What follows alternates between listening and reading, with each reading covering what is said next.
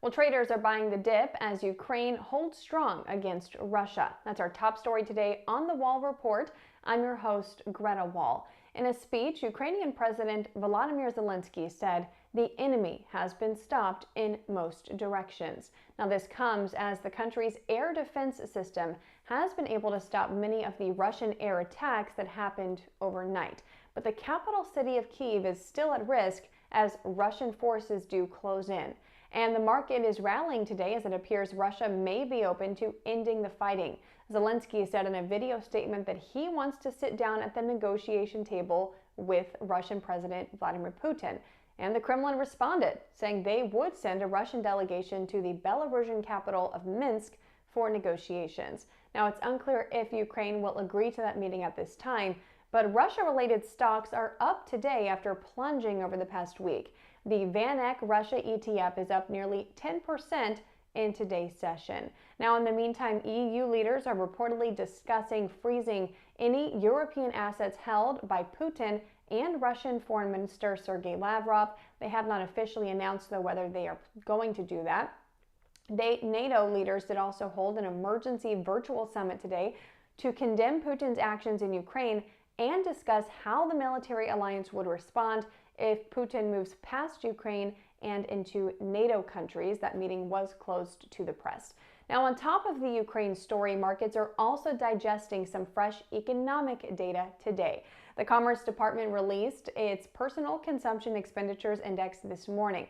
Now, the headline PCE index surged 6.1% year over year in January, marking the fastest pace of inflation since 1984. The core PCE index, meantime, which excludes food and energy prices and is the Fed's preferred inflation measure, jumped 5.1% annually. That's the highest reading for the core PCE index since 1983, so a 39-year high.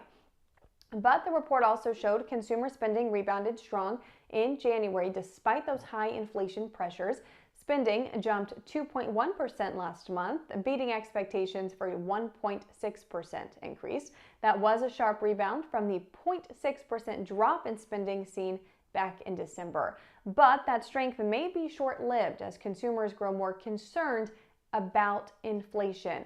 The University of Michigan's Consumer Sentiment Index did improve a bit at the end of this month to 62.8, but still remains at a decade low. That's down 6.5% compared to January and plunged 18% compared to February of 2021. Sentiment about current economic conditions fell nearly 4 points to 68.2, while expectations for the next 6 months dropped nearly 5 points to 59.4.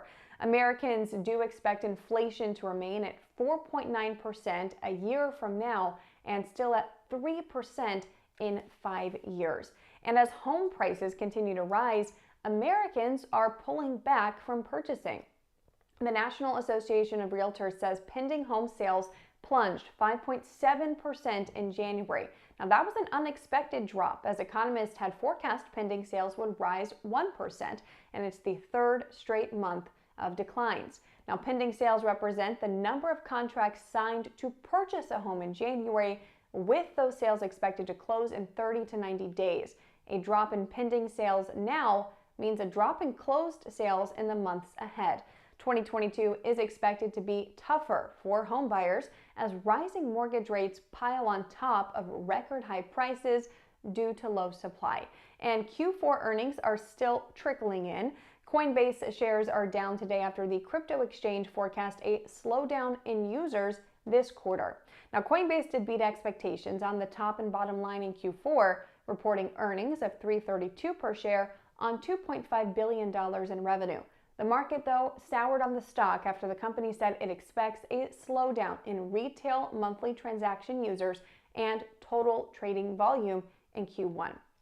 Meantime, Beyond Meat shares are falling today after a steeper Q4 loss than expected.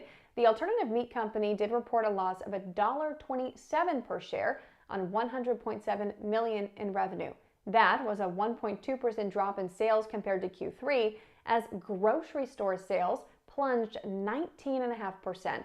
The company's full-year forecast was also short of analyst expectations. And Block Inc., formerly known as Square, is rallying today on a big earnings beat. Block shares are up more than 23% in today's session.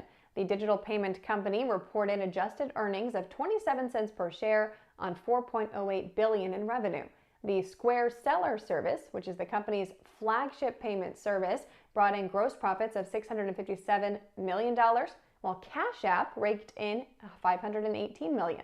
Block said more users are now using Cash App for their primary banking needs, and they see that growth continuing. And looking ahead to next week, real quick before I go, it is the end of the month and the start of a new one, which means it is jobs report week. Be sure you don't miss the Wall Report next week to get the latest market news as it happens, and hit that subscribe button and the notifications bell before you go.